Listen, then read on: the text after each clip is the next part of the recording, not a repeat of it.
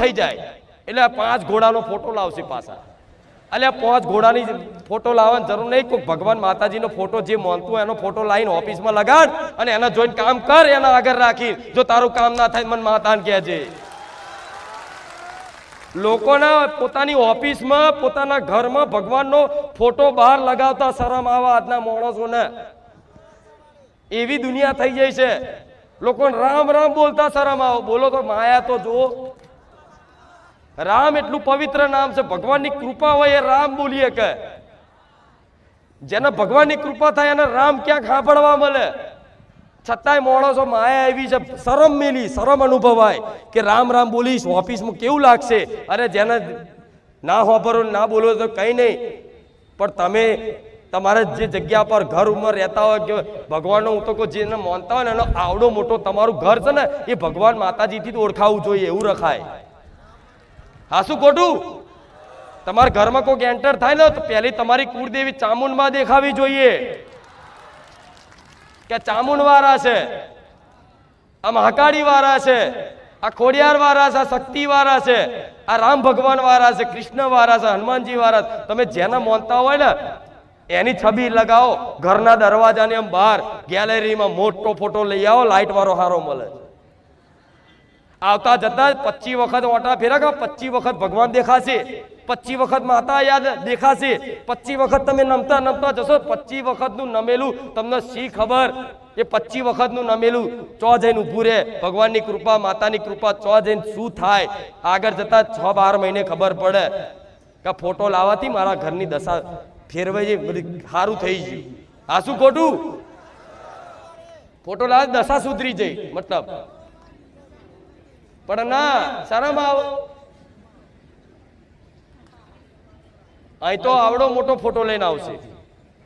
અરે તારી કુળદેવીનો લગાઈ જા લાઈટ વાળો, તારા મઢમાં જઈને લગાઈ જા હારો. આ શું ખોટું?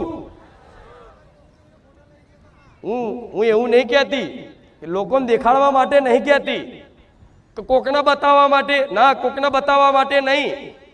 અવર જવર મારી વસ્તી મારા દીકરાને ઘેર તમે આયા નહીં, આવો ને તોથી જ હું માતા અને મારો ભગવાન દેખાય. એ સીડીઓમાં રામ દેખાય, ઉપર ચડતો હોય રામ દેખાય, જો જોવો તો રામ દેખાય, જો જોવો તો માતા દેખાય. તમને એવું લાગે આ ઘર નહીં ધામ છે. આ શું ખોટું? હું એવું નહીં કહેતી આટલા બધા લગાવો. એટલા મારી વસ્તી ઘેર તો એટલા બધા એટલે છે કે તમારે જ્યાં ભક્તો લઈને આવો તો બધા ભેગા થાય એટલે છે.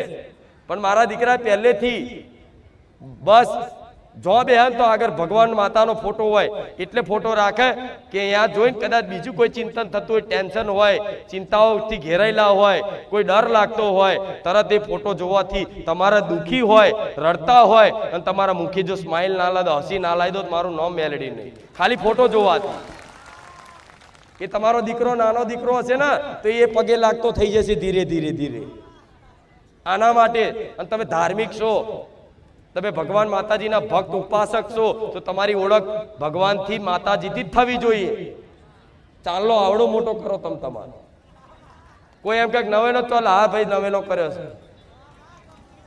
હિન્દુ ધર્મની સંસ્કૃતિ છે આ ચાલનો તિલક, હિન્દુની ઓળખ છે. હાથમાં દોરો, નારાછડી અને તિલક એ તો તમારી અસલ ઓળખ છે. તમે માતા વાળા છો ને તો રોજ સવારમાં ઉઠી અને પોતાની કુળદેવીને, રામચંદ્ર ભગવાનને અને મને માતાને માનતા હોય અને મારો ફોટો ઘેર રાખ્યો તો મને માતાને ચોલ્લો કરી અને પછી આમ કરીને તિલક કરીને નીકળજો. એ તિલકમાં રહીશ અને એનો પ્રભાવ હોય, એનો પ્રભાવ પડે. હા શું ખોટું? હા, પણ તિલક કરીને જો મોડે આખો દાડો ગારો બોલવાની ટેવ હોય તો સુધાર દેજો. અમુક લોકો તો સવારમાં ઉઠો ને તો આથી તે બસ શું કેવું, સવાર જ ગારોથી ચાલુ થાય. આમથી આવતી મજાક મસ્તીમાં ગારો, હેરતા ચેરતા ગારો, કોઈ ભાઈબંધ મળે તોય ગારો. અલે વાણી તો એક દાડો પવિત્ર રાખો. લાવો વાણીને, સરસ્વતી લાવો. જેટલી વાણી એ સરસ્વતી બિરાજમાન થશે ને આપે રૂપે ભગવાનનો વાસ હૃદયમાં થશે. પહેલી વાણી શુદ્ધ થવી જોઈએ, વાણી પવિત્ર હોવી જોઈએ. વાણી પવિત્ર ક્યારે થશે? જ્યારે એવા ભક્તોનો સંગ કરશો. નારા ગારો વાળા એવા જ મિત્રોની ભાઈબંધી કરો તો એવું જ થાય ને. એવું કે છે હા તો મિત્રો તમારા મિત્રો હોય તો જો એવા મિત્રોનું હોધ્યાલીશ કે જે માતા ભગવાનને માનવા વાળા હોય. તમારી બેનપણી હોય ને કોઈ તેવી હોધ્યાલીશ કે માતા ભગવાનને માનતા તમારે આખો દાડ માતાની ભગવાનની ચર્ચા કરજો રાત દાડો. એડે નહીં જાય, એડે નહીં જાય, ક્યારેય એડે નહીં જાય. અને ધીરે ધીરે ધીરે ધીરે વાતો કરતા કરતા રામાયણ ને મહાભારતની કથા કદાચ મુખેથી વાર્તા કહેતા ના થઈ જાય તો લગીનું મેલેડી નહીં જપું. નવરા પડો તો મોબાઈલ છે, મોબાઈલ તો મોબાઈલમાં સર્ચ મારો ને કે રામાયણ, તો રામાયણ આખી સિરિયલ આવે છે. સાંભળવી હોય તો સાંભળવા માટે આવે છે, જોવી હોય તો જોવા માટે આવે છે. મહાભારત તો લખો, મહાભારત, આખું મહાભારત કૃષ્ણ ભગવાનનો અર્જુનજીનો સંવાદ ઉપદેશ વાપરવા મળે. બેઠા બેઠા સાંભળો, ખબર પડશે ભગવાનનું અસ્તિત્વ શું છે, ભગવાન શું છે, મનુષ્ય શું છે, આ કર્તવ્ય શું છે, કર્મ શું છે, પુણ્ય શું છે, પાપ શું છે, આ બધી ખબર પડશે, સમજ મળશે.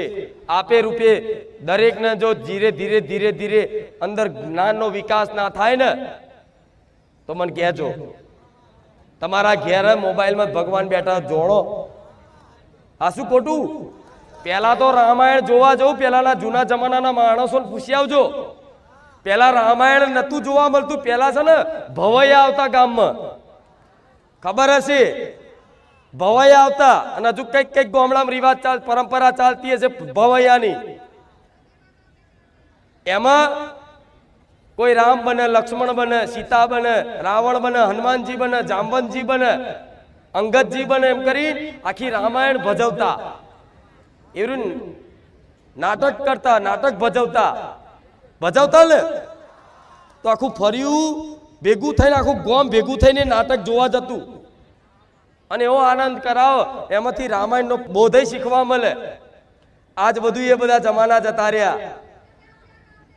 એ ભાગ્ય કોઈક ગામડાઓ જોવા મળતું હશે અત્યારે. અને ધન્ય છે એ ગામ કે જ્યાં આવા ભવય કરવા વાળા ભવય આવે છે અને એ ભગવાનનું નાટક ભજવે છે. એ ધન્ય છે એમની પરંપરા, એમની ધન્ય છે એમની પેઢીને, એ ધન્ય છે એ ગામને કે હજુ આ ચલાવી રાખ્યું છે. આ શું ખોટું? પણ આજે જમાનો ધીરે ધીરે જતો રહેશે. પેલા ભજન ગાવા વાળા આવ્યા હતા, ખબર છે ને? હવારમાં ઝાલર વગાડીને ભજન ગાવા વાળા આવ્યા હતા. મેં એમનું સન્માન કેમ કર્યું? એટલે કર્યું કે છેલ્લી પેઢી છે કે હવારમાં ઉઠી અને ભગવાનનું નામ સંભળાવે છે.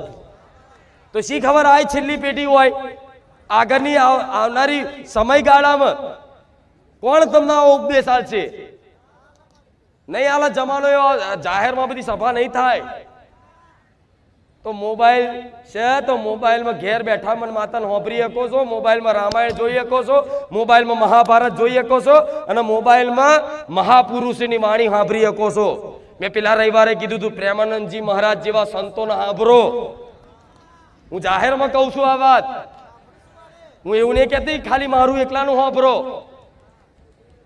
જેમ કે મારે તો કઈ રીતે ભલું થાય એ મારો ઉદ્દેશ છે. તો હું માતા એવું કહીશ, એવા સંતોની વાણી સાંભળો તો જીવનમાં ખબર પડશે કે મનુષ્ય જીવન શું છે. એવા કઈક મહાપુરુષો થઈ ગયા, એવા કઈક ભક્તો થઈ ગયા, એમના ચરિત્ર સાંભળો, ખબર પડશે ભક્તિ શું છે, ભક્તિની મહિમા શું છે, ભગવાન નામની મહિમા શું છે.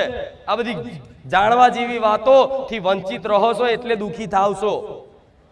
મુખ્ય કારણ કોઈ ગ્રહો, કોઈ નક્ષત્રો, કોઈ દેવી, કોઈ દેવતા, કોઈ માનવ દાનવ નહીં નડતા. મુખ્ય દુઃખી થવાનું કારણ હોય તો મનુષ્યની અજ્ઞાનતા. અજ્ઞાનતાના કારણે માણસ દુઃખી થાય છે. અને સુખી થવામાં જેટલું જ્ઞાન સામર્થ્ય છે ને એટલું આ સંસારની કોઈ ઉપાસના, કોઈ સાધન નહીં, કોઈ સામર્થ જેટલું જ્ઞાન તમારો જીવનનો ઉદ્ધાર કરી શકે. એટલે કહું છું દીકરાઓ, જ્ઞાન જ્યાં મળે ને સારું જ્ઞાન, ત્યાં ધીરે ધીરે ગ્રહણ કરી અને જીવનમાં સાંભળો, અમલ કરો, આવતા જતા રહો. હું ખુખાર મેળવી તો આવીને આવી કાયમ માટે રહેવાની છું.